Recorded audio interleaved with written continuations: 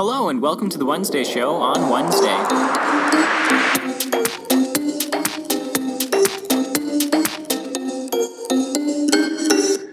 Welcome to the first episode of the Wednesday Show. I'm CJ and it's January 31st, Wednesday in Minnesota. Current weather out is 28 degrees and it is pretty sunny. I'm hoping to do this show once a week, every Wednesday, if I can actually remember to do it.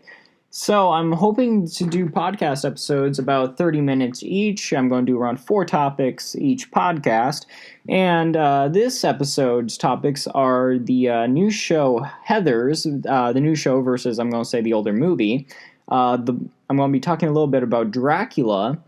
And then we're going to take a small break in only a few seconds. Then I'm going to get into Warped Tour. And then I'm going to give a little rant about Disney buying out Fox. So, I hope you are going to enjoy the first episode of the Wednesday Show, and let's get into it with Heathers. Alrighty then. So, if you've seen the movie Heathers, you know it's an 80s cult classic. It's black comedy. It deals with some really dark material, but it's kind of funny if you can handle that kind of stuff. So, apparently Paramount is coming out with a new show, like a remake for this movie, and it's gonna be, I think it's a mini-series, last I heard, and I didn't really hear much about this at first, but, I mean, all I knew is, I saw the trailer. Well, it's kind of weird, because, I mean, I saw a little preview of the movie, the original movie Heathers. I saw it in a video essay someone was doing on YouTube. They just brought it up, and I thought, oh, that looked interesting, so I was going to check it out. So I eventually saw the movie, then Paramount dropped the new trailer.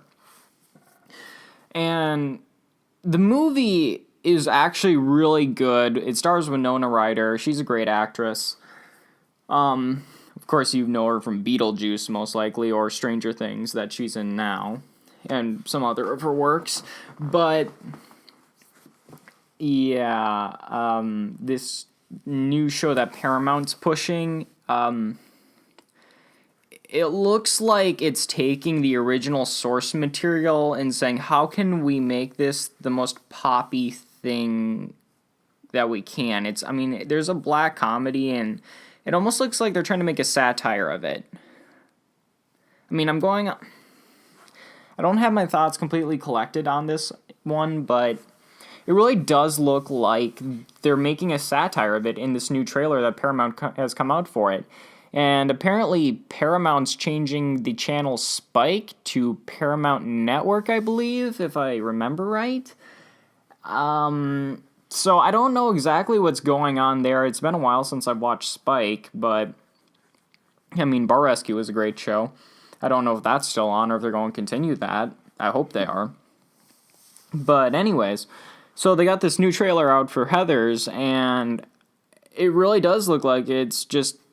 Well, I get you have to modernize it, okay? I should start out with that. I understand that they have to modernize this trailer, what they were targeting back in the 80s, that was fit for the 80s. They want to do an update, sure, fine, whatever. But you got to keep somewhat of the same tone to it, because the original had like this seriousness to it, but it was also comedic. They would just say the jokes like it was nothing. It was like just offhand. But it looks like this new show is trying too hard, It really looks like they're really putting more of an effort in than there should be. Well, I'm sorry, they're not putting in an effort. It looks like they're not putting in an effort, I should say. Sorry, I misspoke there. This is just like a cash grab. I'm sorry to say it, but this looks exactly just like a cash grab. That's about it. You can check out the trailer on YouTube. Let me know what you think on this, but I really do think this is a cash grab. It's not a good idea. It looks like it'll just be a basic teen movie where the adults are trying to fit in with the cool kids or something like that. But it's not like that. It doesn't even look like it's going to be a black comedy. Even if it's satirizing the original Heathers movie, it looks like it's going to do a poor job at it. I really Yeah, man, this really frustrates me. Because the original is actually really, really good. I mean, it's not going to be like a 10 out of 10 perfect film, or how I do it on my blog is I rate out of 5. What did I give it? Here, let me check. I got my blog up here. I gave it a 4 out of 5. So if you go out of 10, 8 out of 10 then, or 4 out of 5. So, I mean, it's really good, but I get really precise with my rating system. I go like 4 point or something, so a 4 is still a good rating from me. But, I mean, yeah, Heathers is a good movie. There's some really good comedy. I mean, there's jokes in there. I don't think you could say some of that stuff today that they say back in that movie from the 80s. I really don't think you could get away with it today. They changed so much with it. I mean, you cannot get away with that, with some of those jokes. I mean, it's just would be considered too dark today, and I don't think there would be like a legally speaking, it's fine and all that. I just think there'd be a lot of social backlash to the show, to the movie if it was made today, because there is some stuff that you could consider controversial in it. I mean, they do handle it well in the movie for the most part, but I mean, it is a black comedy, and you gotta take it for what it is, and for what it is done well. But, I mean, it looks like they're not even really trying that much with this new show that Paramount's pushing. It's sad. It's honestly pretty sad, I gotta say. I mean, there's just so many remakes of the 80s. It's like the 80s is trying to make a comeback. But you get stuff like this Heathers remake. I might watch the show, I might not. I might watch one episode and be like, oh, that's terrible, never watching that again. I'm probably not going to even watch it. But you're going to take a cult classic, something a lot of people love, a lot of nostalgia for, and then you're going to fundamentally change the entire tone of it. You're going to make a lot of fans mad on that. And, I mean, the like-to-dislike ratio is really crazy last I saw here. I'm going to look it up here on YouTube for a sec. So, Heathers trailer. Okay. Dear Dyer. It has... Oh, man, that's pretty bad. It has, as of recording this, there are 14,000 dislikes to 2,000 likes. That's terrible. That is that's like Ghostbusters remake bad. I mean, that's how do you even do that? I mean, right then and there, you should know you should give up. I mean, for Paramount's sake, I'm hoping then it'll just be a miniseries and they're not planning on doing like multiple seasons of this. Because, I mean, that would be pretty bad on their part. But, I mean, the original movie is just so good, and it's almost insulting to people who love, just cinema itself and us movie lovers. Because it's like, you're taking something that had, like, a lot of... I mean, there wasn't a ton of depth to it, but there was at the same time. I mean, you could take it at face value and laugh at it, but there is enough material there to be analyzed. So, I mean, what do you think? Am I just going crazy on this topic, or am I right? So, anyways, I just had to give my thoughts about that for Heathers. So, yeah, I think it's time we move on to our next topic, which is Dracula. So, in the late 1800s, a guy named Bram Stoker, pretty swell guy from what I've read online, I think. It's been a while.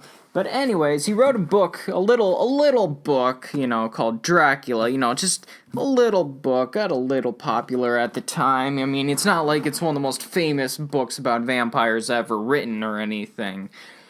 But, if you haven't heard about this, grand book... I would suggest checking out Dracula, but, the material itself, for a book that's around 400 pages or so, you'd think you'd see a little more of the vampire spoiler warning in this, but Dracula's barely in the book. He's, like, at the very beginning, very end, You don't really see him too much in the middle. He's more mentioned, kinda. It's like there is an ambiance created in the book that does add an element of fear almost, but I don't want to say it's too scary. It was scary probably for the time, but not for us today. So the characters, how he arcs the characters is done really well, and he breaks up the book in an interesting way where it's kind of like little little diary entries or like little newspaper clippings. And it is done really well that way, and it's like you have your favorites. I mean, mine is Dr. Seward. I believe that's how you pronounce the name. It's been a little bit since I read the book. I mean, I'm still reading it. I only have a few pages left, and I've been kind of procrastinating on this for a few months now, but it's still good, and I recommend reading this one. But yeah, Dracula is a good book. If you haven't read it, I would recommend reading it at least once in your life. It's just one of those things that I would recommend. I mean, it's one of the most popular books for Gothic literature besides, Mary Shelley's Frankenstein and pretty much anything written by Edgar Allan Poe. So if you especially like horror movies or horror books, I would say check this out. I mean, it is a classic, but I want to compare that to the movie a little bit. The one with Bela Lugosi in the 30s. The movie changes a lot. The movie's terrible. I'm going to go full hipster on this and say, the original was better, or, the book was better. And it is. The book is a lot better than the movie. The movie sucks. I'm sorry, but the movie is terrible. It's a terrible film. Bela Lugosi is alright as Dracula, but I don't think he fully captures the menacing feel of Dracula. I mean, Dracula is more of a hide in plain sight presence that emulates this darkness around him that only can be captured in the book. I mean, Bela Lugosi gave his best, but he didn't fully capture that. Another problem I have with the movie compared to the book is that the movie fundamentally changes a lot of the characters' relationships or just completely deletes some characters. Now, I understand it's a 400-page book and you gotta cut it down a little bit. I understand that. But when you cut it down so much to destroy the fundamental plot of the story, no, just stop. Stop it. Bad. No. So, I mean, for example, what was it? Nina Harker, or originally Mina Murray, she is one of the protagonists in the book. And if I remember right, the movie changed her husband. No, sorry, I misthought something. The movie changed Dr. Seward into her father, if I remember right. And in the book, they were not related at all. And, well, Jonathan Harker, Mina's husband, I mean, he's the guy we start out the book with and the journey with, and you do the same. Well, actually, no, they don't do the same. They change the beginning up, throwing in a different character, a guy named Renfield. Renfield's actually a very entertaining character. He's kind of... He's the insane character in the book, and he's just entertaining as hell. I mean, really, Renfield is entertaining. When you get the interaction between Dr. Seward and Renfield in the book, those are some of the best parts, in my opinion. Because Renfield has this craziness about him. It's just, you're watching it from this doctor's perspective. And it's just so amazing watching it from his perspective, just like saying, okay, he's improving here, but he's not. And then he's like, oh, why is he going off over there? And there's a little bit of a mystery to it. And it's really interesting on how they do that. But, I mean, they have, in the beginning of the movie, they have Renfield go instead of Jonathan to see up to Castle Dracula, or to Dracula's castle. And in the book, it's Jonathan instead of Renfield, but I understand why they did that, and it sort of makes sense. But it's not, they don't do it in the best way that they could have. I believe there's an American character in the book named Quincy, they completely delete his character out of the movie, and I understand because Quincy didn't really have a big role in the book. So, I mean, I'm okay with that kind of a change. Delete maybe a few minor characters, but when you take out, like, a lot of major characters, like, you have Lucy. Lucy is a very major character in the book. She and Mina are best friends. They've been friends forever, pretty much. And Lucy's only in it for a few minutes in the movie. So, I mean, I find that pretty disappointing in the movie. I mean, really, guys, you could have done better. Because it's like, all of a sudden, she's alive, all happy. Next day, you see her on the autopsy table, and it's like, wait a minute, she just died all of a sudden then? Because in the book, it took a long time for her to die. I mean, they spend a couple chapters on this in the book. It was a big ordeal, and even after that, there's still some character development for Lucy after her death. But they just completely delete that in the entire movie. They take that out, and Lucy's character does have an effect on other people in the book that in the way it just can't be portrayed in the movie. I mean, if you like old classic monster films, I mean, I get that, they're good. I saw Frankenstein, the old one. I haven't read the book, so I can't really compare it, but I kind of like the movie. But sorry to get off on that little tangent there. But anyways,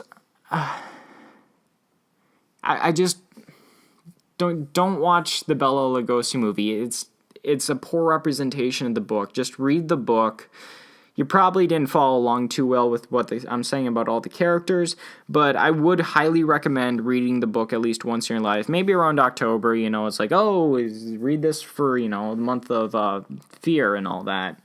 But, I mean, it's a good book. It's worth checking out. But anyways, we're going to take a quick little break, and then we're going to get back into our final two topics, which are Warped Tour and Disney buying out Fox. So stay tuned. Alright, if you haven't checked out my blog yet, you can check out my blog at the-quintessentialist.blogspot.com. That's the-quintessentialist.blogspot.com. I mostly do movie reviews, and I'll have a link in the description of this podcast. I also have my new Midwestern Gothic short story out. It's titled The Ice Witch Under Lake Superior. You can get that on Amazon, so check that out, please. Now back to the show. Alright, welcome back to the show, and our next topic is Van's Warped Tour.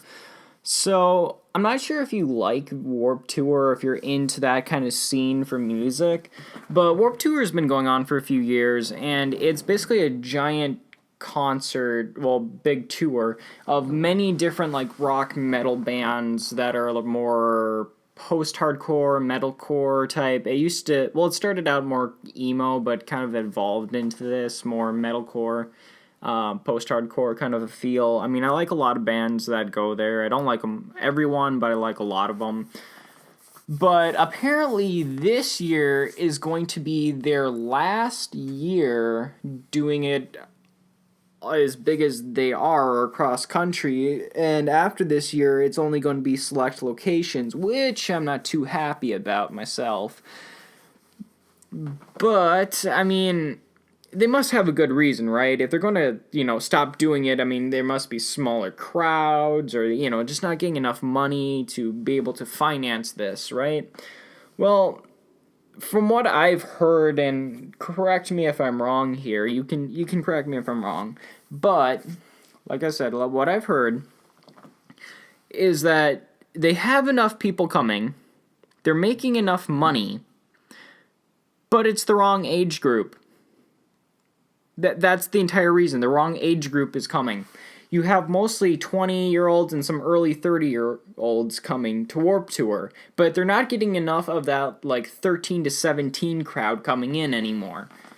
You're making enough money, but because you don't have enough younger fans coming in, you're just going to cancel this big tour that everyone looks forward to every year. I haven't been there yet, but I'm thinking of going this year since it's going to be the last time that they're coming to Minnesota, as far as I'm aware of. I could be wrong on this. But I mean, really, guys, come on. You could do better than this. I mean, you're making enough money, as far as I am aware, unless, there's some finances you're not showing everyone. But really, you guys, I find this disappointing.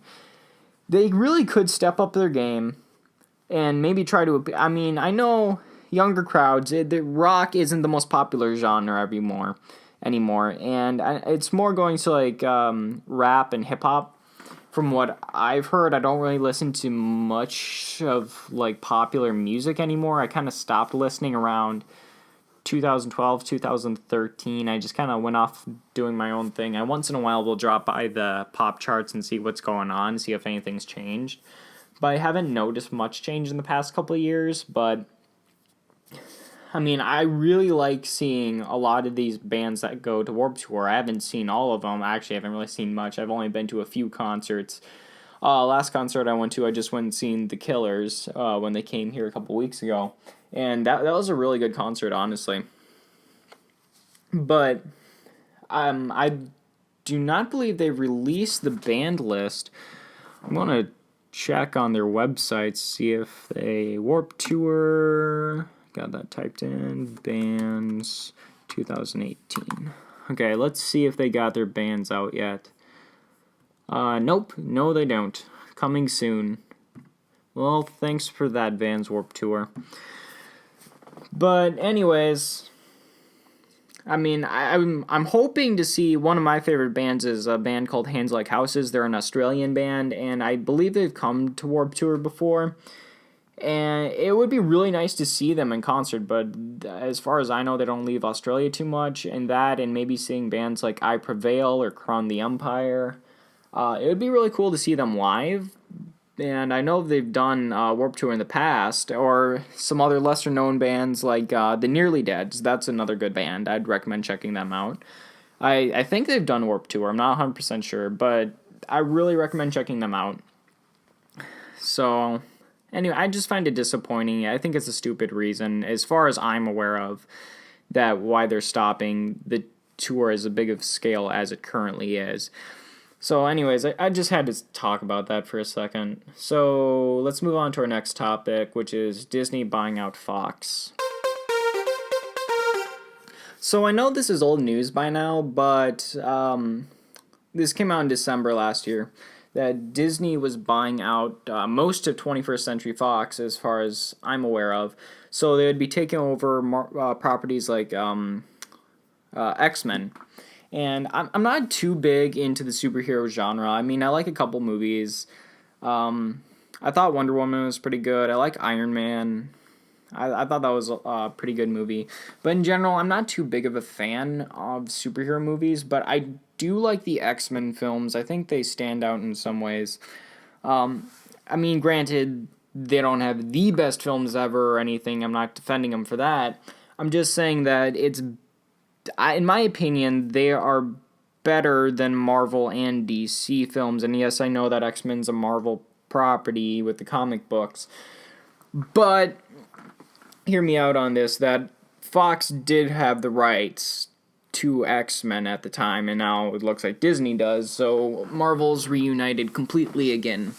But the two movies that really proved to me that X-Men was the best is, of course, Logan and Deadpool. Great movies, and I'm looking forward to the newer ones coming out, like the New Mutants. I'm really happy about that, but I'm really mad that they pushed the date again. They really have to stop pushing the date on movies, especially... I know they did because of Deadpool, and I'm excited to see the second Deadpool movie. But to see a superhero horror film, as far as I'm aware, that has never been done. Ever. I mean, what do you think? Really, I mean, it's such an interesting concept that you're going to push it another year. I mean, they were ready to release it very soon. Then they push it a year. I mean, what's up with that? Really, I mean, if you want to change the dates with Deadpool, I mean... Okay, you have Deadpool coming out in the spring. They moved that ahead, as far I believe. They should have moved it, not next year, but they should have moved the New Mutants into October to fit with the theme of Halloween and horror films. That would have made a lot more sense than pushing it 1 year. Then you have Dark Phoenix coming out in the fall, I believe. Yeah, let me look this up. Dark Phoenix release date. There we go. November 2nd, 2018, as of making this podcast. That's when they have it. So, yeah, I mean, I think it depends on how they want to go with Dark Phoenix. This could be a very big property, but I don't think it's maybe deserving of a November release. I mean, unless has the trailer been released yet? I don't think so. No. I could be wrong on this, but I don't believe so. I mean, I would push Dark Phoenix. I would. I mean, if you want 3 films in one franchise in a year, that is a lot of films. I want to see my Deadpool. Deadpool's hilarious. Can't wait to see Deadpool 2. I want to see the New Mutants. I want to see that horror element because it's a new concept almost for that genre of superhero films. They don't really have much in the way of horror, so I'm really excited. But I'm also concerned what Disney is going to do with the Marvel properties now that they control all of it. Because, well, like in Logan, spoiler alert here, cover your ears, la la la for the next few seconds, but Wolverine dies at the end. And I hope that Disney's not going to bring him back, because a problem I have with the Marvel films is there's no ending. Ever. I mean, it leads right into the next, which, I mean, I'm fine with that, I guess. You know, every once in a while you want to get people to come into the next movie, but they're not doing it as standalone movies anymore. It's more like episodes of a daytime TV show almost. I don't think that's good for cinema, because it's like we're just watching a big soap opera, it seems like sometimes. And they just recycle a lot of plots. I mean, most of their villains are very forgettable. But, I mean, at least with X-Men, I can name someone like Magneto. I mean, he's a big one. And